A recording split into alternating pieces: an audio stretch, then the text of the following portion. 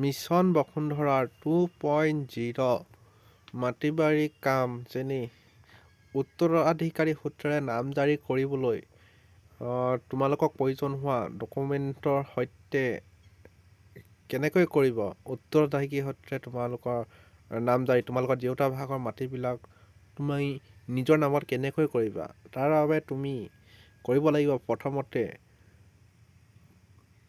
ক্ৰম বজাৰ তোমালোকে চাৰ্চ কৰিবা RTPS পৰ্টেলৰ দ্বাৰা তুমি কৰিব লাগিব তুমি যিহেতু এজন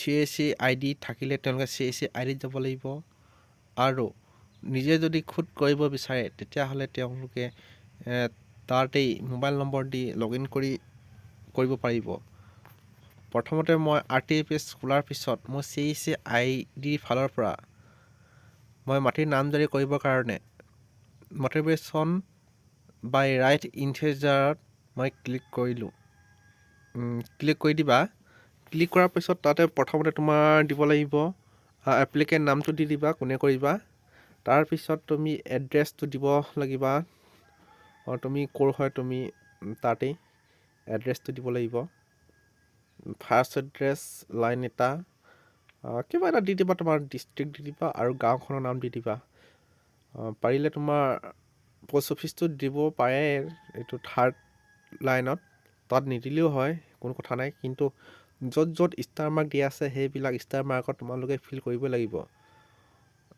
কৰাৰ পিছত এপ্লিকেণ্টৰ পিন কোড দিব লাগিব আৰু মোবাইল নম্বৰটো দিয়াৰ পিছত প্ৰচেড বটনত ক্লিক কৰিব লাগিব প্ৰচেড বটন ক্লিক কৰাৰ পিছত অলপ সময় ৱেইট কৰি ল'বা তোমালোকে শুদ্ধ হৈছে নে নাই হোৱা ভালকৈ চাই ল'বা তাৰপিছত আহিব মিছন বসুন্ধৰা 2.0 তাত তুমি আধাৰ কাৰ্ডটো দিব লাগিব কোনে এপ্লাই কৰিব তেখেতৰ আৰু আধাৰ কাৰ্ড নোহোৱা কিয় তেওঁলোকে পেন কাৰ্ড বা ভোটাৰ কাৰ্ডৰ দ্বাৰা এপ্লাই কৰিব পাৰে যিহেতু আধাৰ কাৰ্ড আজিকালি মেণ্ডেটৰী সকলোতে সেইকাৰণে আধাৰ কাৰ্ডটো দিলে ভাল হয় বুলি ভাবোঁ তাৰপিছত তুমি ইয়াত দিব লাগিব চেল্ফ ডিক্লেৰেশ্যন ফৰ্মত তুমি ইণ্ডিয়ান চিটিজেন হ'লে য়েছ দিব লাগিব do you have a pending foreigners tribunal তোমালোকৰ বিদেশ ন্যায়াধীশৰ কিবা কেছ পেণ্ডিং হৈ থাকিলে নেকি সেইবিলাক চাৰি জাৰি তোমালোকে নিজৰ চইচত কৰি ল'বা য়েছ ন' তাৰপৰা মই আধাৰ ভেৰিফিকেশ্যন ক'ডত ক্লিক কৰাৰ পিছত আধাৰলৈ এটা মেছেজ যাব OTP সেই OTPটো তোমালোকে ফিল কৰি দিব লাগিব তোমালোকে ফিল কৰাৰ পিছত ভেৰিফিকেশ্যনৰ প্ৰচেছটো তোমালোকে কৰি দিবা ভেৰিফাই কৰাৰ পিছত অকণমান সময় তোমালোকে ৱেইট কৰি ল'বা তাত আধাৰ ভেৰিফিকেশ্যন হৈ আছে এতিয়ালৈকে মই নেক্সট বটন আকৌ এবাৰ কৰি দিছোঁ প্ৰথমবাৰ নহ'ল নেক্সটত ক্লিক কৰাৰ পিছত আহি গ'ল তাৰপিছত তোমালোকে লেণ্ড ডিটেইলছ দিব লাগিব তুমি লেণ্ডটো কোনখন ডিষ্ট্ৰিক্টত আছে চাই ল'বা চাই লোৱাৰ পিছত তাৰ চাৰ্কুলটো দিব লাগিব চাৰ্কুলটো দিয়াৰ পিছত তুমি ৰুৰেলত পৰে তুমি আৰবানত পৰা গাঁও নতুবা চহৰ পৰে তুমি চিলেক্ট কৰি ল'বা আৰু এই কিনৰ চাৰ্চ বাক্সত তুমি তোমাৰ গাঁওখন চিলেক্ট কৰি ল'ব পাৰিবা তাতেই আছে চাৰ্চ কৰি ল'ব পাৰিবা কি নামৰ হয় তোমাৰ গাঁওখন সেই নামত চাৰ্চ কৰি ল'ব পাৰিবা যেনে ক আখৰে লিখা থাকিলে ক খ আখৰে লিখা থাকিলে খ সেনেকৈ তাৰপিছত তুমি তাত ডাক নংটো চিলেক্ট কৰি দিবা ডাক নং কিমান আছিলে ডাক নং চিলেক্ট কৰাৰ পিছত তোমালোকে তাত কোনজন পেৰেণ্টছৰ নামত উত্তৰাধিকাৰী হয় সেই সূত্ৰে তেখেতৰ নামটো চিলেক্ট কৰাৰ পাছত তুমি লৈ আহিব সেই সূত্ৰে তাত বিচাৰিছে তুমি এলাৰ্ট ডে ইয়াত আছিলে নেকি তেওঁ ঠাইত যদি আছিলে য়েছ কৰিবা যদি নাথাকিলে ন' কৰাৰ পাছত তেওঁৰ দেউতাকৰ পুতেকে পুতেকৰ নামটো লিখি দিব লিখাৰ পিছত তেওঁ যি নাম হয় সেইটো ইংৰাজীত এবাৰ লিখিব লাগিব আৰু এবাৰ অসমীয়া ক্লিক কৰিব হ'লে লিখিব হয় তাতেই টেপ মৰাৰ পিছত তাত অট'মেটিক আহি যায় এখন অসমীয়া চাৰ্টৰ লিষ্ট। এই চাৰ্টত মতে বহুৱাই তোমালোকে নামটো ফিল আপ কৰিব পাৰিবা। তাৰপিছত দেউতাকৰ নামটো আহি যায়। কৰাৰ পিছত মই ছেভ কৰি দিলোঁ। ছেভ কৰাৰ পিছত আৰু যদি মানুহ থাকে এড কৰিবলৈ হয় তেতিয়াহ'লে এড বটনত ক্লিক কৰাৰ পিছত ঠিক প্ৰথমবাৰৰ দৰে আকৌ ন বটনত ক্লিক কৰি যাৰ নামত উঠাব মাটিবিলাক তেখেতৰ নামটো ক্লিক কৰি দিবা। সেই একেদৰেই প্ৰচেছবিলাক কৰি থাকিবা। যদি তেখেতৰ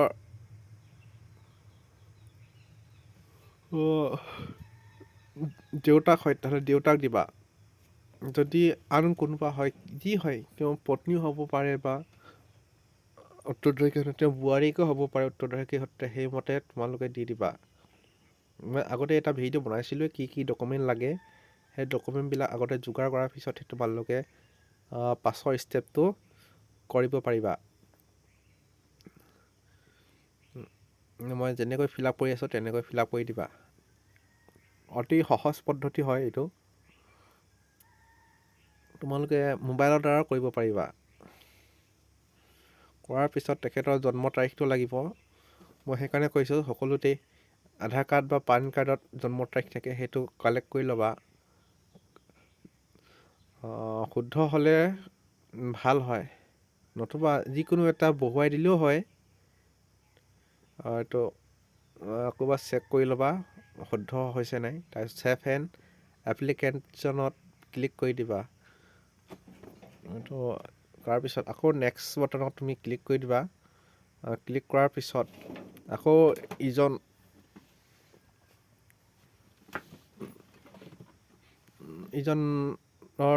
নাম দি দিবা, কাৰ নামত আকৌ বহাবা।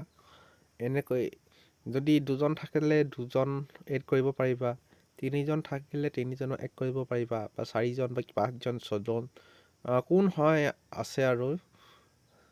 এড কৰিবলৈ হ'লে তোমালোকে প্ৰথমতে গাঁও প্ৰধানৰ পৰা এখন লিখাই অনা চাৰ্টিফিকেটৰ মতে তোমালোকে এড কৰিব পাৰিবা। যিহেতু সেই চাৰ্টিফিকেটখন তাত আপলোড কৰিব লাগিব। আপলোড কৰাৰ পিছত তাত আকৌ ভেৰিফিকেশ্যন কৰিব তেওঁলোকে মণ্ডলৰ সেইমতে তোমালোকৰ নামবিলাক বহুৱাই দিব। এতিয়া মই এটা প্ৰচেছটো কৰি আছোঁ, সেইমতে তোমালোকে কৰিব পাৰিবা। ভিডিঅ'টো ছুটি কৰিম বুলি ভাবিছোঁ কিন্তু দীঘলীয়া হৈ গৈছে, উপায় নাই।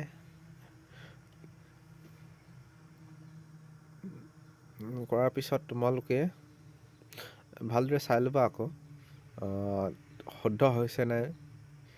কৰাৰ পিছত আকৌ ছেভ এণ্ড নেক্সট বাটনত ক্লিক কৰি দিবা। ক্লিক কৰাৰ পিছত আকৌ একেই প্ৰচেছ।